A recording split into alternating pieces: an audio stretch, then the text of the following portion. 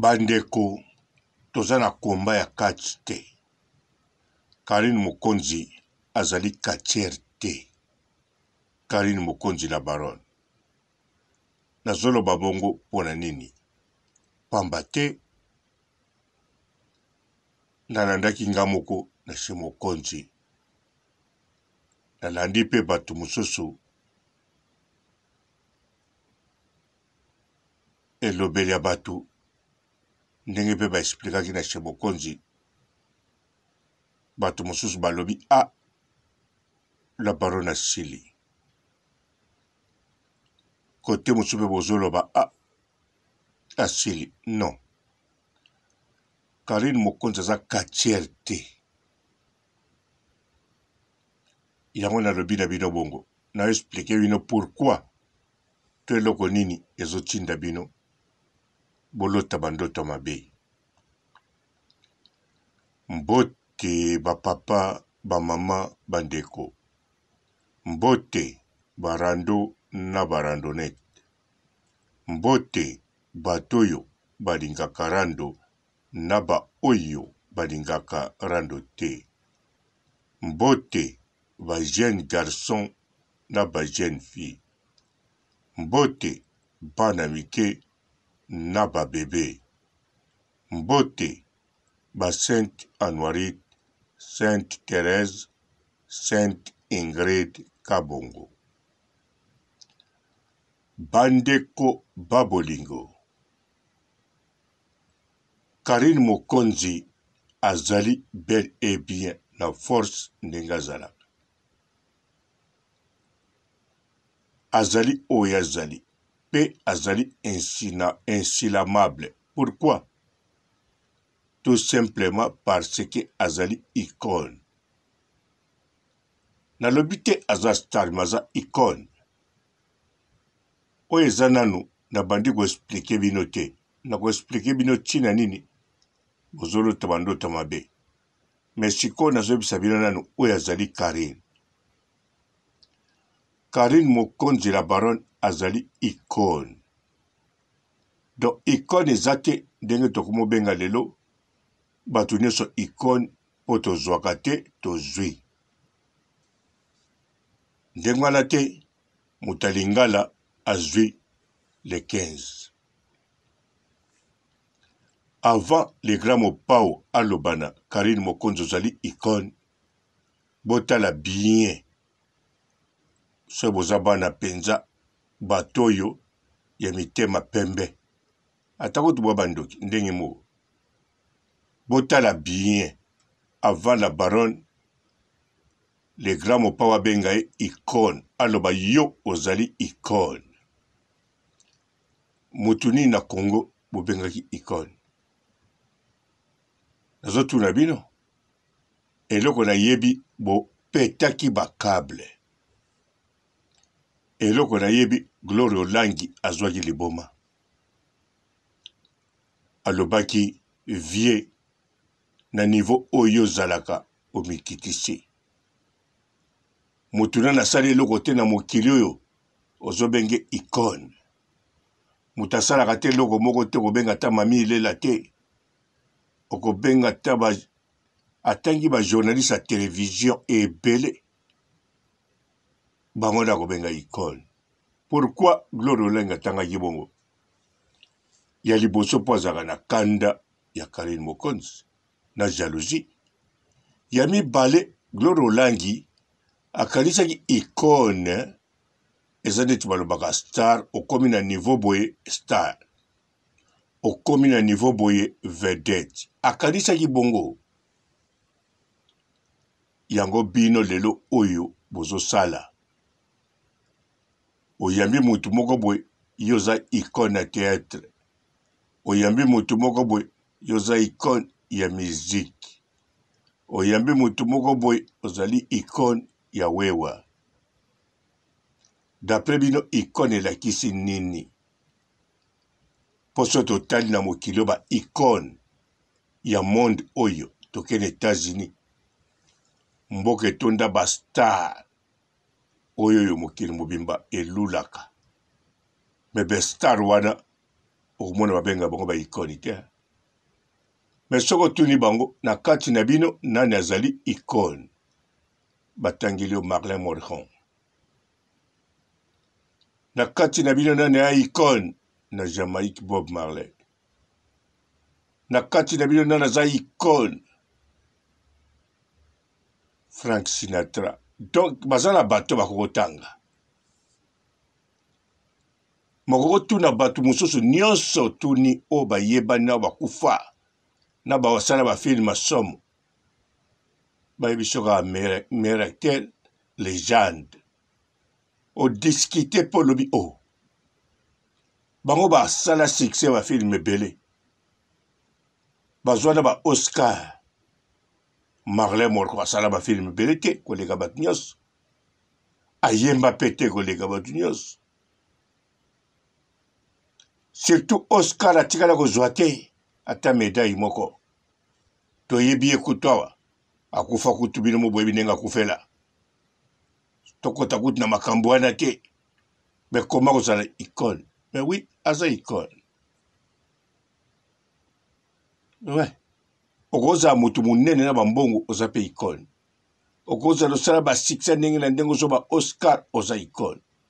Okoza no posi Oscar toza icône. Mystique, mystérieux, être humain moko unique, incomparable, mystique. Nazolobela Joe mystique te, nazolobela mystique. Wana Karine Mokonzi. Donc, insulamable. Alors, na pesa bino siko réponse na makambo bozoloba.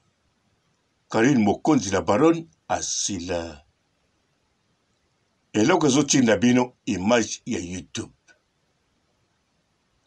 YouTube, TikTok azomene na makambo belé. Ya vitesse. Aleki ne YouTube te, YouTube aleki kaka. TikTok ti sikoyo nano aleki YouTube te. YouTube aleki. Mais sikoyo matière o la baronne apesaka azopesa te. Boke sikoyo na YouTube kuna mwana ya Karine Mokonzi la baronne Maria Tumba. Maria Tumba zo beta biloko tout le temps. Alors TikTok peut le coller eza réseaux sociaux moko est facile à manipuler. Ba jeune na ba adolescent ba linyango mingi pe liaka ba mega te. Alors na Kinshasa bato TikTok ba yebani zo makasi koleka bato ya ninyo ya YouTube. Mais Karine Mokonzi nde ba yebi. C'est comme un membre de l'équipe nationale mususu. Faut ba renouveler ba kombo na bango. Pona kin ba tikala koyeba bango te. Ti sikope ba yebi bango te. Miso ba yebi bango à travers ka Karine Mokonzi. Mais siko bato a TikTok ozalozaka na poto ezalozaka na Congo partout na monde ozali tango za mutolobaka lingala congolais, angolais, brazzavillois. Succès na yo ezali na kati ya Kinshasa. Po Kinshasa nde bato ya TikTok bayebani makasi. Kinshasa kote bolimbisanga Congo mobimba, tina Angola, tina Congo Brazzaville, partout lingala ezolobama bayebi yo. Po eza na facilité kokota. Mutu to aza na facilité kosala compte yango. Mutu nyonso alikoko tala mutu nyonso ndenga lingi. Otali mutu 15 secondes, otali mutu mususu 30 secondes, mutu mususu 65 secondes, mutu mususu live. Siko lokwa batonda ba video ya 15 secondes, alors ndenge ni bayebana te. Pona ko charge yango pe eza facile. Ko kabulango pe na bato baye eza facile. Yango bomona ki chacha d'or balanda ye na matanga ya Jenima Kokonzoni comme star oyo batikali kolanda ata musicien moko te oyo akendaki na matanga ya Jenima Kokonzoni. Esengaki aluka bagarde de corps mpe baza te kaka bafani bango moko basaliki garde de corps mpo bomona puissance ya TikTok. Alors Karine Mokonzi eloko mosusu oyo ezotinda bino bomona ete sili ndenge nalobi Karine Mokonzi azali katiere te to katieze te. Lokola Karine Mokonzi akomi très bien na mida eza na impact nayebi yango na bandeli zo aza katiere te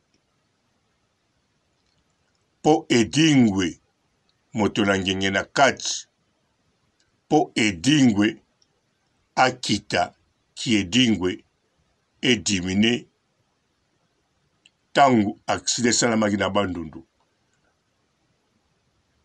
Tangu akside salami na bandundu ba meilleur katiere oyo banda kobeta kotuta bakufaki.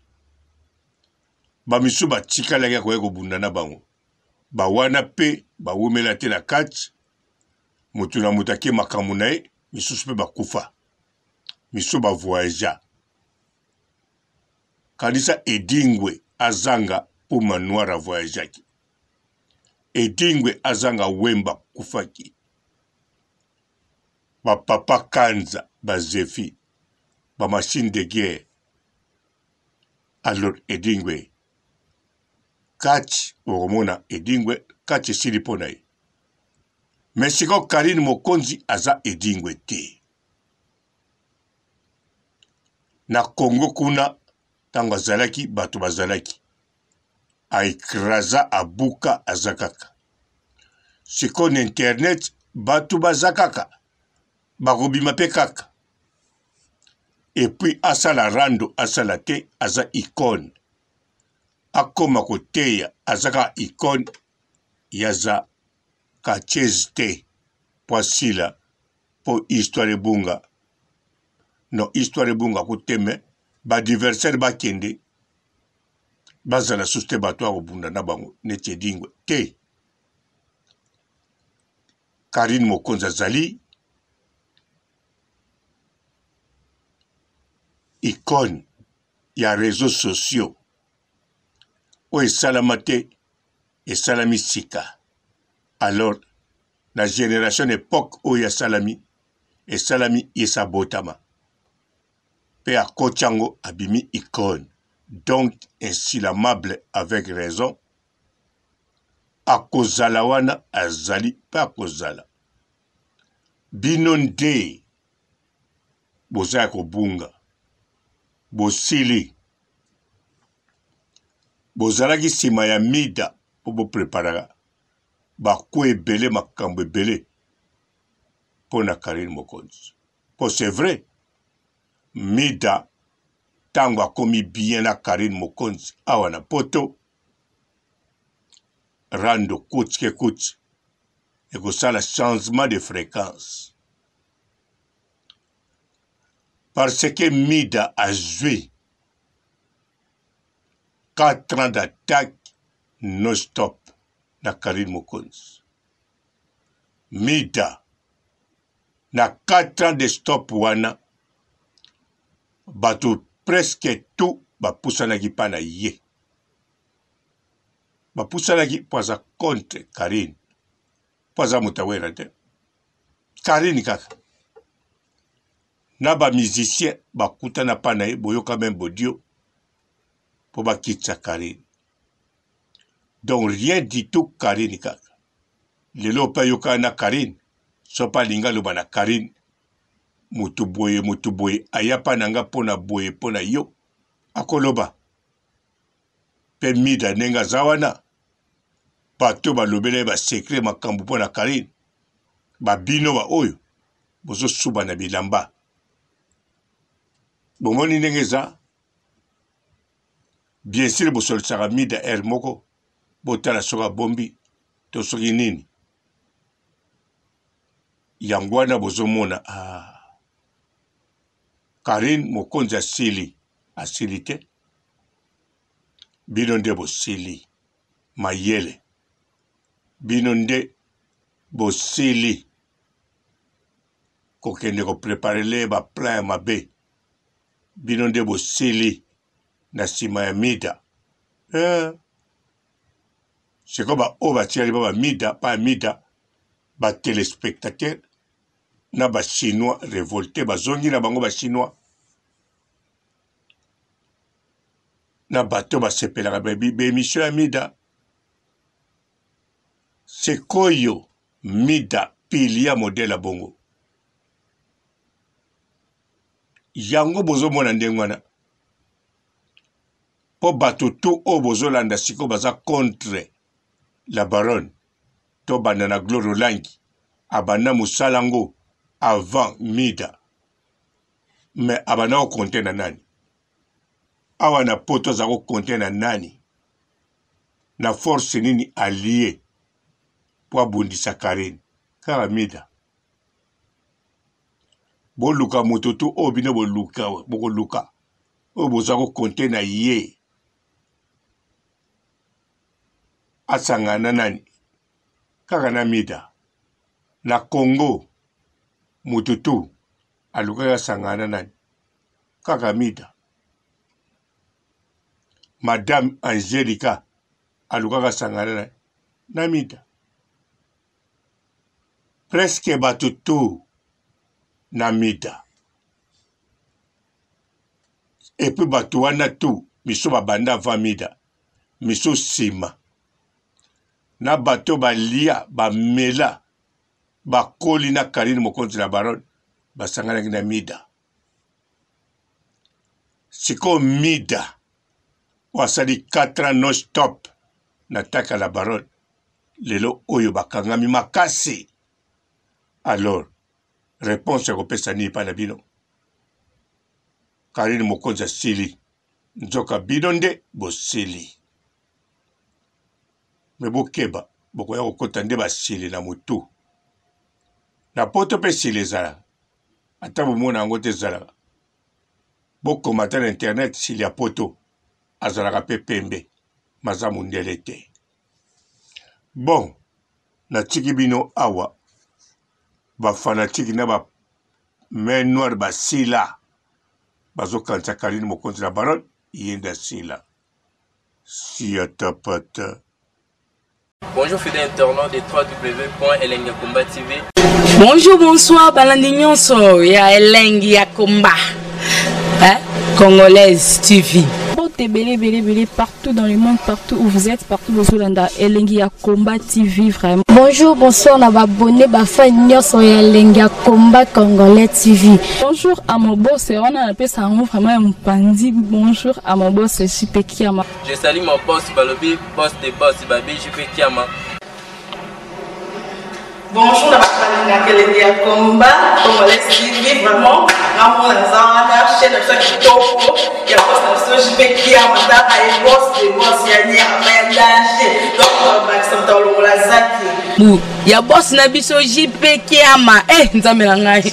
Ba boss bazali Ba boss bazali. JP Kiama, le boss des boss. Napesi d'abord bonjour, te ba mbote belé na mon boss JP Kiama. On a na koza ngisaote. Donc na ko le katisa na pesa mon boss JP Kiama, boss des boss. Bonjour fidèles internautes de www.elengiakomba TV. Bonjour, bonsoir, balandi nyonso ya Elengi ya Komba. Congolaise TV. Belé partout dans le monde, partout où vous êtes, partout où vous êtes, Elengi ya Komba TV vraiment. Bonjour, bonsoir, on a abonné ba fan nyonso ya Elengi ya Komba Congolais TV. Bonjour à mon boss, on a appelé ça vraiment un pandi. Bonjour à mon boss, JP Kiama. Je salue mon boss Balobi, boss des boss Babi, JP Kiama. Bonjour, la Elengi ya Komba Congolais TV vraiment. Ramon Zana, chaîne de ça qui topo, il y a boss de JP Kiama, et boss des boss, il y a ni à danger. Donc, Maxime Tolo Lazaki. Ya boss na biso JP Kiama. Nzambe na ngai. Ba boss bazali Ba boss bazali. Eh, JP Kiama, le boss des boss. Napesi d'abord bonjour, tu peux mbote belé na mon boss JP Kiama, wana na kozangisa ote. Donc na ko lekate sana, napesa mon boss JP Kiama, boss des boss. Mbote belé partout dans le monde, partout où vous êtes, partout où vous êtes, Elengi ya Combat TV vraiment. Bonjour, bonsoir na ba abonné ba fan nyonso ya Elengi ya Combat Congolais TV. Bonjour à mon boss, on a appelé ça vraiment un pandi. Bonjour à mon boss JP Kiama. Je salue mon boss Balobi, boss des boss, Babi JP Kiama. Bonjour, na balinga Elengi ya Combat Congolais TV vraiment. Ngamu la zana chaîne na chaque toko ya boss na JP Kiama ta ay boss des boss ya nyama ya danger. Donc ba samtalo la zaki. Bu, ya boss na biso JP Kiama. Eh, nzambe na ngai. Ba boss bazali Ba boss bazali. Eh, JP Kiama, le boss des boss. Napesi d'abord bonjour, tu peux mbote belé na mon boss JP Kiama, wana na kozangisa ote. Donc na ko lekate sana, napesa mon boss JP Kiama, boss des boss.